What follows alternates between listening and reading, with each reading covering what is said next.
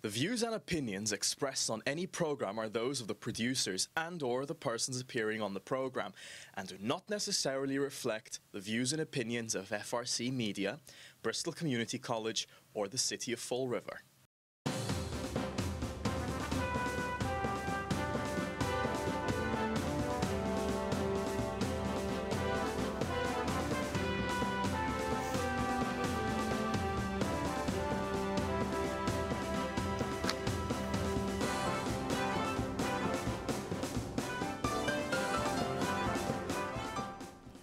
Well, hello. Welcome to Spindle City Straight Talk. I'm Chip. And I'm CJ. And it's Hump Day. And it's not a day of no news, that's for sure. How many people watched that budget preparation meeting last night? What a crap show that was. Yes, it was. But it always is. Look, now, let's face it. The next time we get accurate figures from the city's financial team will be the first time. So, if we ever. If we ever. That's exactly what. But, you know, it was interesting because, you know, all throughout the campaign, the mayor said, I will get rid of the purple bags. Remember? That's what he said. In 2019, I'm getting rid of the purple bags. I'm getting rid of the purple bags for the fiscal year 2019 budget. Now, we're changing. It may happen at some point in 2019. Just like there was no road. Right, just like there was no road. People want the people. And in spite of the fact, and we always have to make this, remind our viewers, in spite of the fact that the mayor was a proponent of the purple bags from its inception. Outset. That's right. And he even made a comment once at a council meeting that he has been in favor of the bags since we got the bags. But when it comes time to get reelected, there's no promise that goes unpromised. Isn't that the truth? I'll tell you. Here's the thing. For us to get rid of the purple bags, we have to have a transfer station. Because we have to make up for the, what have we been saying? We have to make up for money. We have to make up for the revenue. We have to make up money. That's right. Now, Richard Cabeceras says, oh, no, we need to keep the bags. Hey. Well, he's also the guy that switched right after the election and when he was a lame duck, you know, even though they recommended maintaining the same tax factors for business and residential, he switched the tax factor in favor of business to put an even greater burden on the residential taxpayer. After our 2.5 to the max increase and our increase in water fees and our increase in everything, the hell with the taxpayer. And the idiot voters. Let's stomp them a little bit more. And the idiot voters then voted to increase the water fee even more. That's right. That's right. And then now we've got another bond. That's it.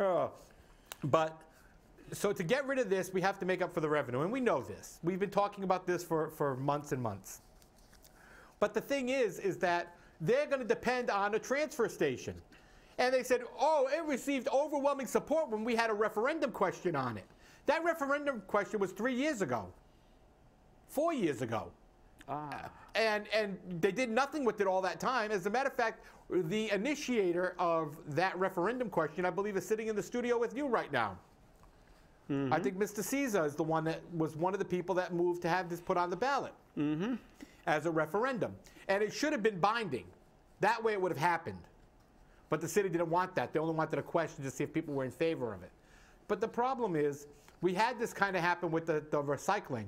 Remember when we had that recycling company that decided to take its truck and and the building, I think the building still looks that way. Exactly. It drives through the building instead of through the door. And the building is still falling apart. We still haven't been paid for that. Or if we have, they put the money somewhere else. And in case you forgot, I do have pictures on my phone. So if anyone wants to see them. I still have pictures of that too. So, and I think they're still in the TriCaster. I can bring them up most likely. Yeah. But things do change over the course of years. All we have to do is remind the people that, you know, Mayor Flanagan was elected by a 70-30 margin, and a year later he was thrown out of office by a 30-70 margin. So, that's right. You know, times change, situations change. There should be a statutes of limitations. You can't bring things up from, you know, what was maybe an acceptable idea 3 years ago may not be, because of circumstances and conditions, be acceptable to the public today. So, you know, but this is, you know, it's typical politics. I mean, politics is always like, use what you want, disregard the rest, and if there's nothing there to suit you, make up something. And as I always tell people, break the word down.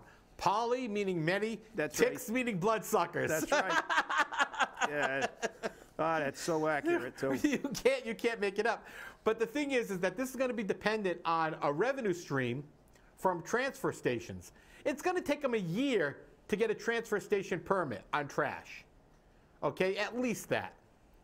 Now, they started the process on recycling, and they blew it. We haven't heard anything about transfer recycling at all since they drove through the building and ruined it. On that lovely company that we brought out the fact, what was the name of that company again? I can't even remember the name of that company. Atlantic Waste or whatever. Atlantic Waste, I believe. But it had about 4 or 5 names. Yeah, that's why I'm saying I can't remember names the name in of Rhode Island and names in Massachusetts. Can't even remember their name because they had so many of them. But we haven't heard from them anymore, and they owe us money. But the mayor created that. So, Mr. Mayor, you're on the hook for that money. So if they don't come up with it, maybe it should come out of your paycheck. I wonder how you feel about that. No, he'll take it out of his campaign finance. Don't worry about it. Like he does everything else. Yeah, well, he lives off his campaign finance funds. The paycheck goes right in the bank. Yeah, it looks like he lives off his campaign finance funding. Meeting at the Pink Bean, $2.95 for a coffee. How many coffees did it buy? His? I mean, but I guess it was a big upset in Alabama yesterday. Yeah, well, I think what I saw this morning on the national news was it's less than 1%. If it's less than, if it's less than 1%, and it's going to be a recount, and of course, if it's less than 1%, if it's less than half of 1%, a recount is automatic. Yeah, and I guess Judge Roy Moore and Judge Roy Bean, west of the Pecos, I guess he's going to. There will be a recount, and he's not conceding, from what I heard this morning. So, and you know, it's very interesting, is because the Senate seat came open when Trump chose former Senator Jeff Sessions from Alabama to become the Attorney General earlier in the year. Yeah. So we had a Republican seat that was held by a Republican, and the president said, "Hey, I need this guy." Made him the Attorney General and lost the seat. So now it's a 51-49 split. And the elections are coming up soon. If they lose 2 seats, and it's looking like they may lose at least 2 seats, and remember, you've got special elections coming up for all these senators that are resigning. They could lose their seats, and all of a sudden, they could be having a problem. Yeah, I guess. We're looking at that, and obviously, but again, when we look at this is unfortunately, and putting aside all the other issues, I'd like to think they were peripheral, but they're not. They become the central issues of the campaign. This is all politics now. Look, the Democrats are looking at the seat. It's all about partisan politics. It's not about the people. The people, the people of Alabama are the last consideration. The Democrats are just drooling that they got another seat, and the Republicans were fighting to keep the seat. And somewhere along the line, somebody forgot that they were there to represent the people of Alabama. That's one of the fundamental problems we have with the federal government today, and all governments on all levels. Years ago, there was always partisan politics, but today there's nothing else but partisan politics. Nothing ever gets decided on its merit. It's always, the Republicans are on one side and the Democrats. There's no cooperation between the two, regardless of how much good it would do the public. All we have to do is look at the pharmaceutical industries. We've seen at least two big pharma people called in front of the congressional committee, taken to task, and what's happened? Nothing. Nothing. Absolutely nothing. Nothing can happen. We understand that government uses gridlock as an excuse in many cases because they really don't, but they get what they want done, and the way it stands now is it has to be, it's all partisan. There's no longer, they may go out and have a beer and a cigar after, but the fact is, everything in Washington now basically is basically split right down party lines. It's almost, it's national news when someone on the Republican side votes on a Democratic initiative or vice versa. So that's tragic in my opinion. This is Right, the undoing of this. This is the undoing of this nation. Well, and you're going to see this tomorrow with the FCC when they do away with net neutrality. Yep. It's a party line vote, 3-2. Yep. So you can't win for losing. I gotta love Marc's column. Yeah, I gotta love Marc's column. Oh yeah, it's Talk about on the money. This is how you get a job in Fall River. Yeah, well, we all know that not only is he getting a job, well, not a job, he's Getting a new job. He's already gotten a job. Which, by the way, he's not even supposed to be working for the city anymore because he is not a city resident. And he's not supposed to work for CDA for the same because reason. they require it to be a resident. And also, I don't believe he meets the income guidelines. Correct. So they're violating every conceivable thing. But as our wonderful city politics is, when you have it, it takes you 6 years to pass a charter, which is a total disaster. Now it's done nothing but cause problems. So what is the government response to that? We'll ignore it.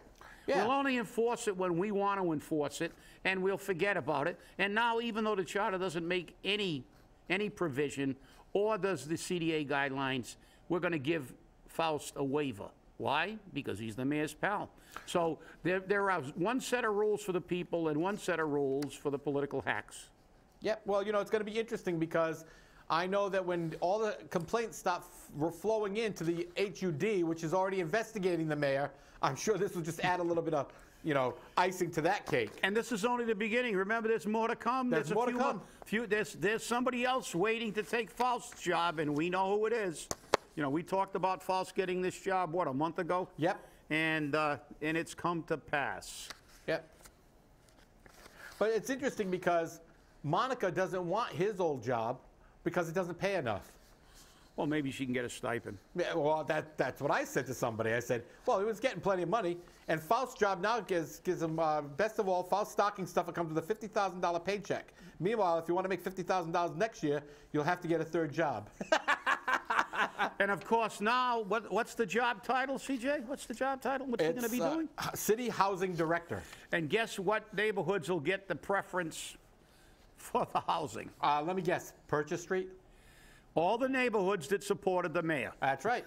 All the neighborhood associations that were friendly to the mayor. Yep. Well, I will guarantee. And Carlos, don't expect anything. And I'm not looking at a crystal ball. I'm just looking at past history, because past history has always been with this administration.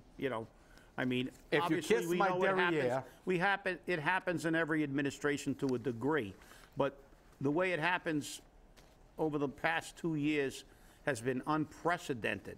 Yep. And the thing is, it's not only, we always know that political patronage and favoritism always is an element of all government structures, but the fact is the absolute total disregard for even trying to cover up. In the old days, when they tried to give people jobs, they tried to hide it.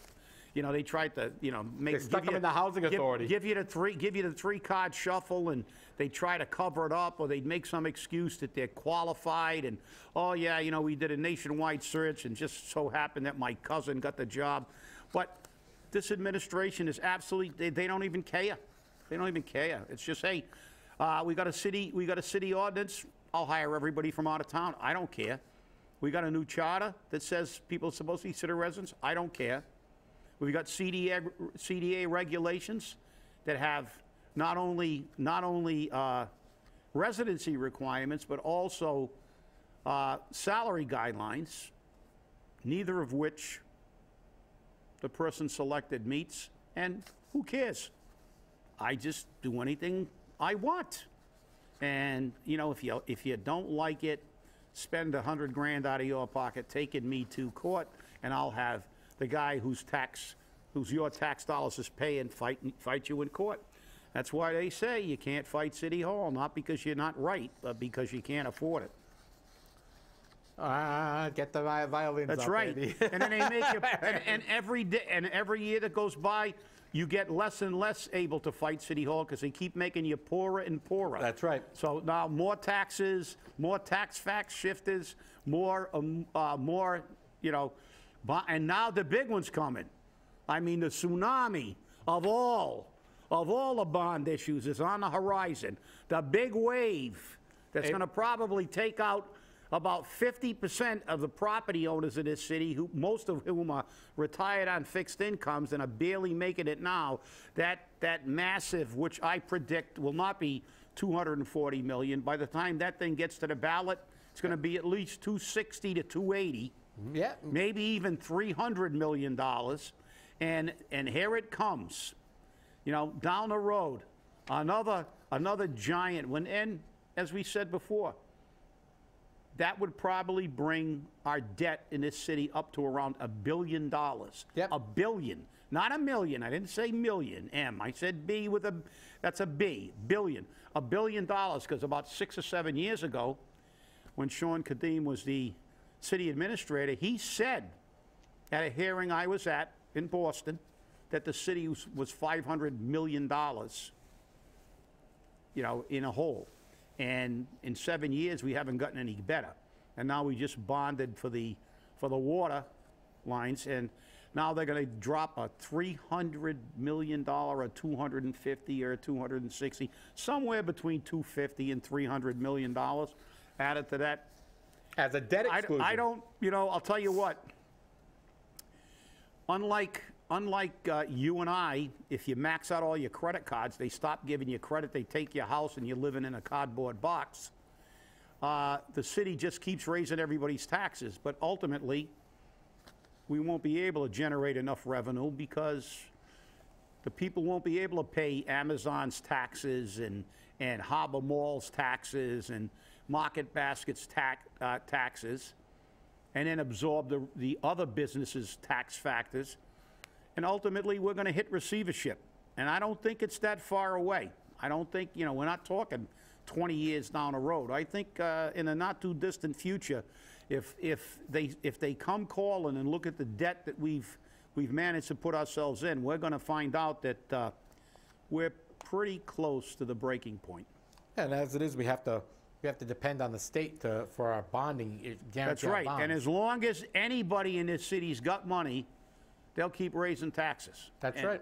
And I'm not blaming them either. Even let's blame the voters. Even if I haven't seen one person that ran for city council stand up and say, I will make tax increases the last resort, not the first option that the city takes. And they always make them the first resort. They always make them the first option. Yep. Okay? You don't have to pay tax increases every year, unlike Ken Fiola's statement. Okay? If you spend responsibly, like most homeowners have to do, then you shouldn't be required to keep increasing your dollar figures. And you know, and it's you know, all the great you know, economic gurus that we have in this city. You know, what the hell? They don't listen to people like Milton Friedman. Who's Milton Friedman? He only won a Nobel Prize in economics. I mean, every legitimate economist will tell you you cannot tax your way to prosperity. All the way back to Thomas Jefferson. That's right. Jefferson said, you cannot continue, you know, taxing is counterproductive to generating wealth. You can't do it. Everybody that's got a half a brain, it doesn't take a rocket scientist to think that if you take all the money away from the people in taxes, then you can't have any money to buy anything and your economy fails. I mean, you know, Winston Churchill's still my favorite quote. You know, trying to get become processed by taxing is like standing in a bucket and trying to lift the bucket by both handles while you're standing in it. It just doesn't work. So, you know, but who cares? You know, they'll just keep draining it as long as we allow people to sit in that council chamber who will continue to approve budgets that basically assault the taxpayer again, and it's reaching a breaking point. Remember, this is the worst, this is the poorest city in the Commonwealth of Massachusetts. We now beat Lawrence. We have the lowest per capita income. We have almost 25, it's 23 point whatever percent of people living below the poverty levels. What's the percentage of people that are getting school lunches because of the economic disparity? What is it, 80%? 84%, I believe. 84, that's even worse. Okay. I know it was up in the 80s, but I mean, you know, this is almost like let's tax the serfs. It's like, we need Robin Hood to show up again. You know, they're all sitting in a castle, you know, gorging themselves on wine. Yeah, but right now we have Robin the Hood. Yeah, he's stealing from the poor, giving it to the rich. Stealing from the poor and giving it to the rich, exactly. But that's the way it is. So, hey, look, don't get me going on this city and its taxes, because tomorrow I have a retirement associate meeting. I got to go sit in a room and talk to people who are living on $14,000 or $15,000 a year. They've living on cat food. Fortunately, they paid for their house many years ago, but they're on the brink of anything, and then they're paying astronomical figures. Just had 70 of their generic drugs have the price increased. So, you know, these are the real people. These are the people that are still in Fall River, because contrary to what our great Illuminati says, when they went in and said 75% of the properties are owner-occupied, that's crap. As I said on a previous program, go to the United States Census Bureau, Google it, get the data, and see what it says for owner-occupied in Fall River. It used to be 37%. Now it's down to 34.8 or 9. That's right. You know, and though that's an accurate figure, because it takes every dwelling that is inhabited, a separate, so that takes in house trailers, multiple family houses, condos, single families, dual families, and that's a more realistic figure when we look at we look at. But you know, but the city council actually sat there and let those people try to con them and say they're 75% owner occupied, and they're imposing. The moral of that story is they're imposing this financial burden on only less than 35% of the people in this community. And I'd say at least half of that 35% are retired on fixed income. So I don't know how many economic courses our economic development people took, but that's not a recipe for success. That's a recipe for disaster. Well, you know, if they only allowed property owners to vote on bonding issues, yeah, I bet you see a lot of bonds not go through. That's right. That's right. Well, speaking about housing. Yep, Governor Baker announces a $10 million plan to create 135,000 housing units. Yeah. Now, here's the key to this plan. He's proposed legislation that eases the process for municipalities to alter local zoning, a move intended to create additional multifamily units, starter homes, and in-law apartments. The legislation, dubbed an Act to Promote Housing Choice, would also reduce parking requirements at residential developments. Like we don't already have enough of a parking problem. Yeah, even though there is a formula for the parking. That's right. And that we, again, as we do with everything, that the city totally ignores. This news comes on the heels of 14 cities and towns comprising the Metropolitan Mayors Coalition of Greater Boston forming a regional housing partnership to set a new regional housing production goal and accelerate the pace of residential construction throughout the region. Again, you'll notice this is from Boston. Boston. Mass Housing Executive Director Tom Lyons said his agency would contribute $2 million towards the $10 million Housing Choice Initiative to help cities and towns deliver new housing that is consistent with their local planning goals.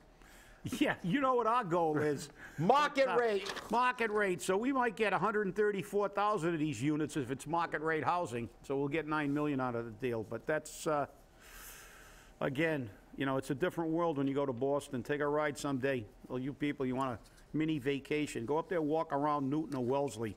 Look at the difference. A city, by the way, as I said, we keep reminding you, Newton is approximately the same size as Fall River, I think. Census says it's about 2,000 people. They got 2,000 people less. But again, getting back to our little economic theme, why does Newton have 10,000 more businesses than Fall River? Well, the average household income in Newton's 115,000. The average household income in Fall River is about 30, depending on what what you look at, between 31 to 34,000, the lowest in the state. That's why they have 10,000 more businesses, not because they have a lower business tax factor, they have the maximum business tax factor. It's because people have money, and when people have money, they spend money, and the economy is then driven. But we don't know that in Fall River yet. Our mantra is stop the taxpayer. Stop them right into the ground. Don't worry about if they've got money or not. We don't care. Well, another longtime city employee is going to be shifting over to the retirement roles. He's going into the snowplow business, huh? I think Good work, Joe. I think they're already in that snowplow business. But Joe Biszko, the city inspector, building inspector, is leaving his job as the Fall River City Inspector. One of the highlights of his career in the City Inspection Department was his work with the builders of the Mammoth Amazon Fulfillment Center. Yeah, and I've known Joe for a long time. Most of the time he's worked at the city. Joe's a good guy, you know, and he put in his time, and I wish him a happy retirement. But he's 71 years old. I know, and you know the thing is you know, they didn't do much research on this. I guess you know, the highlight of his career was the Amazon. He did a lot of things in his career, you know, and like I said, Amazon's, to me, well, it's my personal opinion, but it's highly overrated. Its impact on the city is negative as far as I'm concerned. We got about, what, 16 people from Fall River working there, and we've given them gigantic tax breaks, which we are paying because somebody has to pay the taxes, and when they get a TIF, that goes into our tax base, and the residential taxpayer again has to pick it up. So you know, the Mammoth Amazon Fulfillment Center. So now size matters, but it doesn't. What matters in your economy is money. And Joe did a lot of good work. He did. Yeah, and I wish him a long and healthy retirement. You don't always agree with his decisions, and some of them are very controversial. But you know what? His mantra was always he looked at the safety of the people and the safety of the city. And if that's truly what he was looking at, then I have to commend him for that. No, Joe is like I said, and anybody that can work in this city for 29 years deserves everything. And deserves it. So 29 years is a long time. And that's you know, people don't realize that the pressure that you know, in a job like that you're going to get. You're going to get pressure from business people trying to manipulate the situation. You're going to get you know, you're going to get pushback from the general public. Joe had a lot of very stressful times in that job, and you know, and dealing with different politicians too. And dealing with politicians is always fun. So you know. I think he's going to enjoy his retirement. It'll be nice to be able to go home and put your feet up and not have the phone ring with somebody trying to get something from you. According to local health departments, while the flu season has hit Massachusetts, Fall River hasn't quite getting it yet. And they're recommending that you get your vaccination for the flu. Yeah, even the flu's afraid to come to Fall River. Calder said the influenza virus usually arrives in another couple of weeks, so Greater Fall River may end up sneezing right on schedule. So we'll have to see how that happens. Yeah, and some people don't believe in getting the flu vaccine, but I haven't seen much write-up about the murder at I got a segue into that. Oh yeah, it was on the local news. The Belmont Street manslaughter. Yeah, the Belmont Club. The Belmont Club manslaughter. Yeah, I guess I haven't seen a heck of a lot of it. I guess, but again, it was a bar fight. Now, if that had happened in Providence. Well, that wasn't a bar fight. He was fighting the other guy. The other guy sucking him from the side, but it was out in the parking lot of the Belmont Club. But I'm saying, it was in the but he was fighting somebody else, and the other guy sucking him while he was fighting the other guy. That's a cheap shot at best. So I know. And like I said, if you did that in Providence, that club would be hauled right in front of. Well, you know who hangs out at the Belmont Club? All the politicians. That's right. So that's not getting close. All the politicians are always at the Belmont Club. Hey, it was a great show. Middle of the week. We'll see you on Friday. Remember, stay angry, and if you got your tips, call them in. Right. Our number is at the end of the credits here. And we'll let the cat out of the bag who gets the next job on Friday. Tune in. Have a great day.